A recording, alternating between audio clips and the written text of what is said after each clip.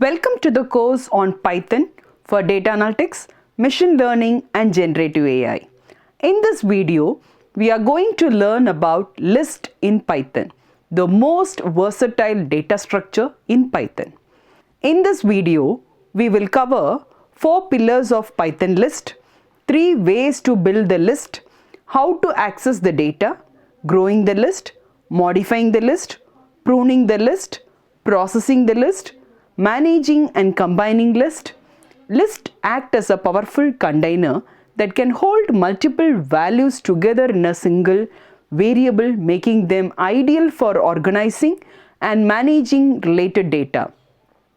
Unlike simple variables, list allows us to work with collections of items efficiently and flexibly. List also supports a wide range of operations including adding, removing, updating and reordering elements. Because lists are mutable, their contents can be changed after creation, which gives programmers full control over how data evolves during program execution.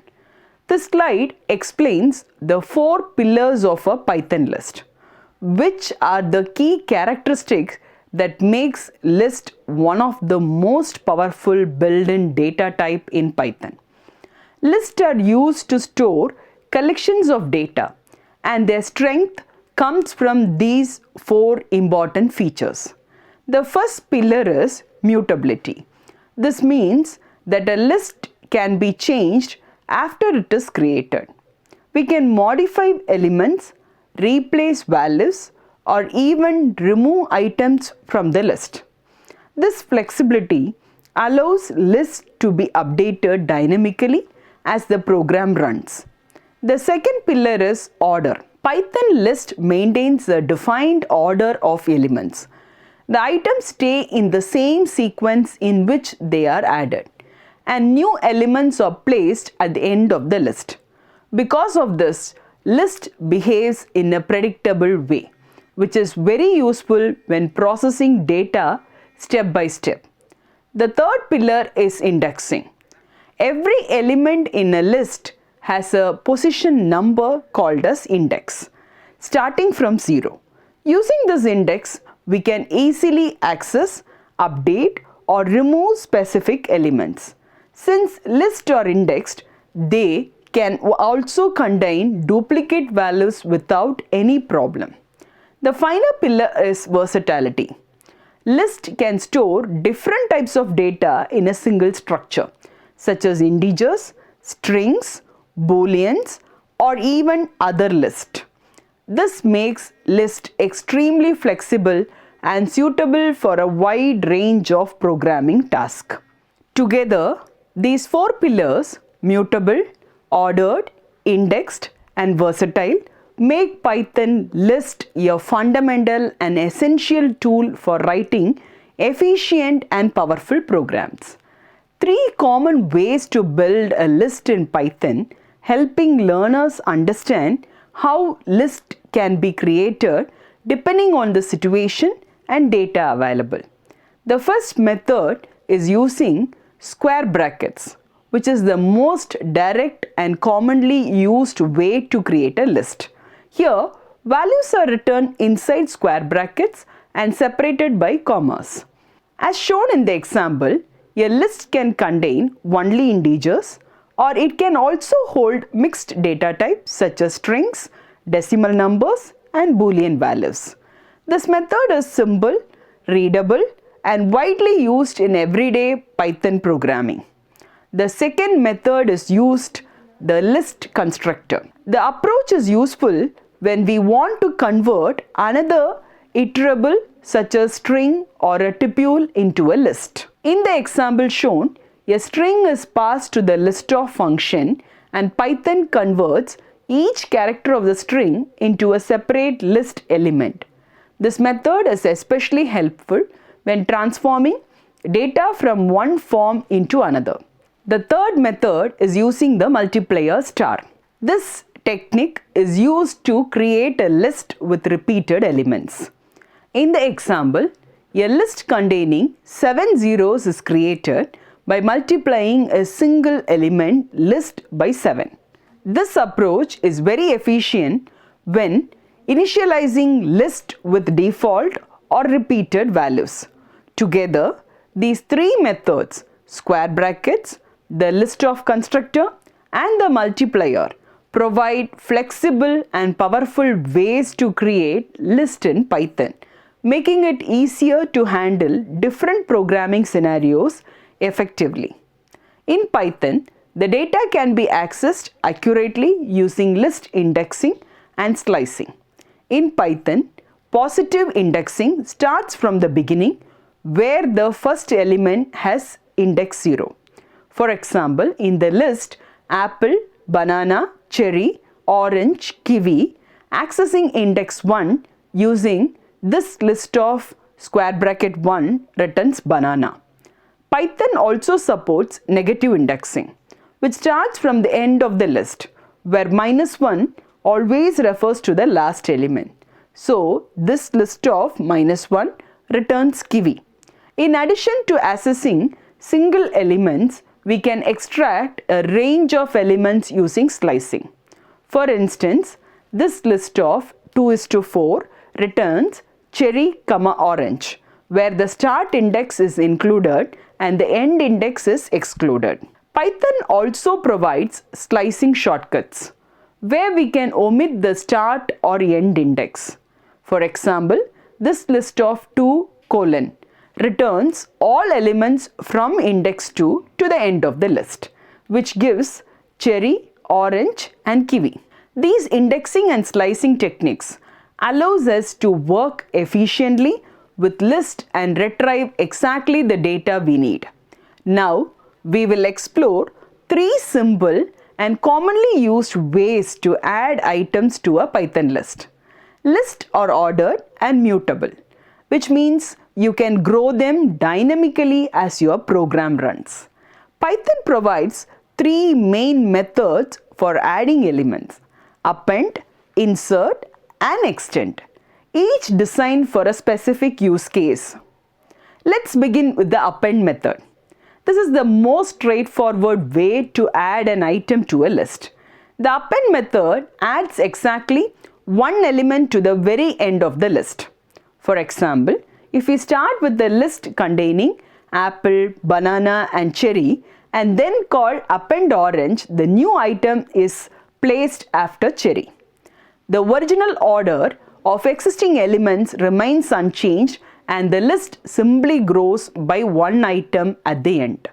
Next, we have the insert of method, which gives you more control over where an item is added. The insert of method takes 2 arguments, the index position and the item you want to add. When you use insert of, Python places the new element at the specified position and shifts the existing elements to the right. For instance, if we insert orange at index 1 in the list apple, banana, cherry, the result becomes apple, orange, banana, cherry. So no items are replaced.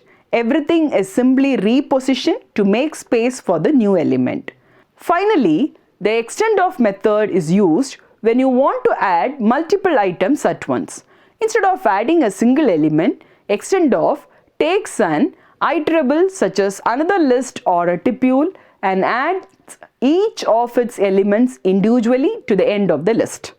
For example, if we have a list of fruits and another list of containing mango, pineapple and papaya, calling extend of with the second list adds all the 3 fruits to the original list in order. This is different from append, which would add the entire list as a single nested element. Now let's look at how Python list can be modified in place, which means we change the existing list directly rather than creating a new one. Because lists are mutable, Python allows you to update individual elements or even entire ranges of elements using index positions and slicing. Let's start by changing a single item in a list. Each element in a list has an index number starting from 0. To replace a value, you simply refer to its index and assign a new value. Next, we move on to changing a range of items using slicing. Instead of targeting one index, we specify a range of index positions and replace that slices with new values. In this example, the list includes several fruits and we replace the item at index positions 1 and 2 with blackcurrant and watermelon. Python removes the original items in that range and inserts the new values in their place, shifting the remaining elements as needed. This leads to an important key insights. When you replace a slice of list, the number of new items does not have to match the number of items being replaced. If you replace one element with two new elements, the list grows. If you replace multiple elements with fewer, the list shrinks. For instance, replacing a single item at index 1 with two fruits increases the list length, while still preserving the order of the remaining elements. Let's now focus on how to remove items from a Python list. Python gives us 4 primary techniques to prune or clean up a list, depending on whether we want to remove by value, by position, or remove everything at once. The first method is remove, which deletes the first occurrence of a specific value from the list. This method looks for the value itself, not its index. The second technique is pop, which removes an item based on its index and returns that item. This is useful when you need to both delete a value and use it later. Next is the del keyword. Unlike remove and pop, del does not return anything. It simply deletes an item or even an entire slice at a specified index. Finally, we have clear, which removes all elements from the list at once. The key details here is that the list object itself still exists. It's just empty. After calling clear, the list becomes an empty pair of brackets, ready to be reused without creating a new list. Let's now look at how to process a Python list, one item at a time using loops. Iteration is one of the most common tasks in programming, and Python offers clean, readable way to handle it. The most Pythonic and widely used approach is the for loop that iterates directly over the elements of a list. In the example shown, we create a list containing apple, banana, and cherry. When we write for items in A, Python automatically goes through each element in order and assigns it to the variable item. Each item is then printed one per line. This approach is simple, readable, and ideal when you only need the values themselves. An alternative method is looping by index numbers, which is useful when you need access to the position of each item. In this case, we use the range of and length of functions together. Length of this list gives us the total number of items in the list, and range of creates a sequence of index numbers. Inside the loop, we access each element using this list of I. While this approach is slightly more verbose, it becomes valuable when working with indexes, comparisons, or parallel lists. Let's now explore the power of list comprehension, one of the Python's most elegant feature for creating new lists.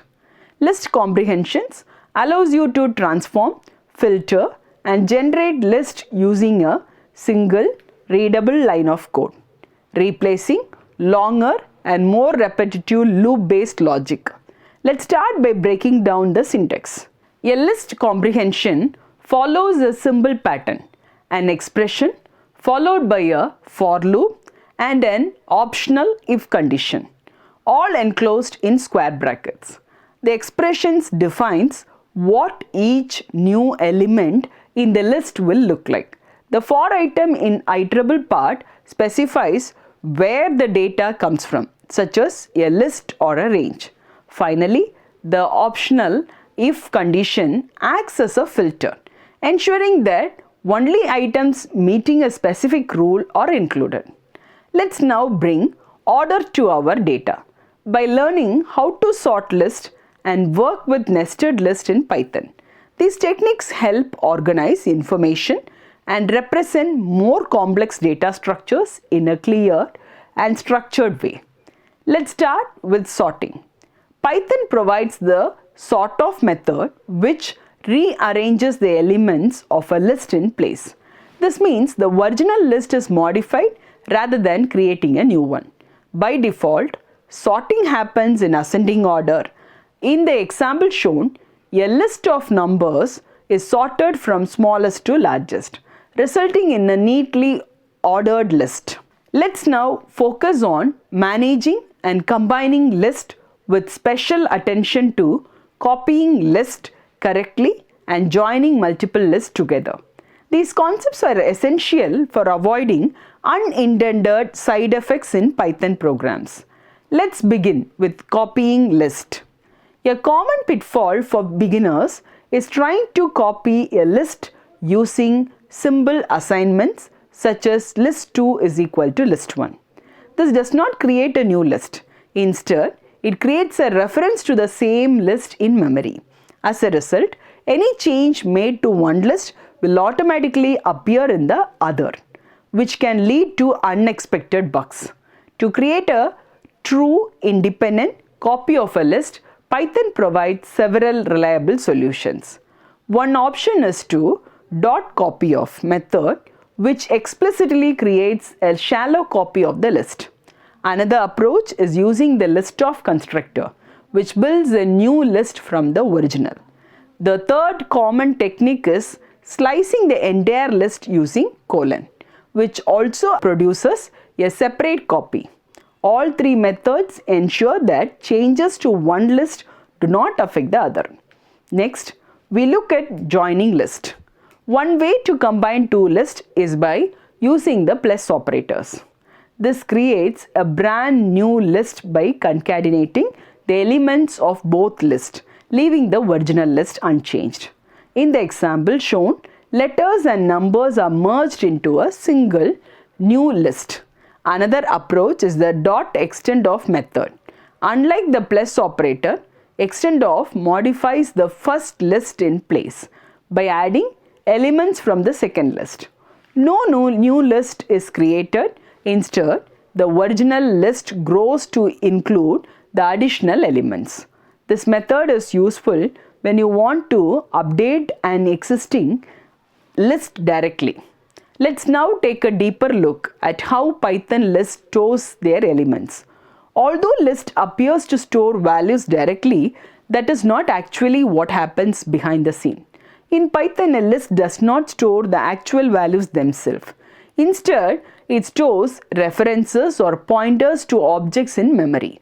Each position in the list points to a separate location that exists elsewhere in memory. Each slot in the list points to one of these objects. One reference points to the integer object holding the value 10. Another points to the string object containing GFG. And the third points to the Boolean object representing true. This reference-based structure is what Python lists to hold mixed data types so efficiently. Let's now summarize the content. Python lists are flexible data structures that can be modified while a program is running. Built-in list methods make it easy to add, remove, access, and organize elements efficiently. Elements can be added using append-of to place an item at the end, insert-of to add an item at a specific position, and extend-of to add multiple elements from another list. To remove data, remove-of deletes the first occurrence, and pop-off removes an element by index, and clear-off empties the list entirely. For accessing information, index-of returns the position of a given value, while count-off indicates how many times a value appears in the list. To organize data, sort-of organizes elements in ascending order. Reverse-of flips the existing order. Copy-of has a separate duplicate of the list to avoid unintended changes. Together, these methods form the core toolkit for managing and manipulating lists in Python, enabling clean, efficient and readable code. So now let's open Jupyter Notebook, write some Python codes together and bring the concepts of Python list into life. Thank you.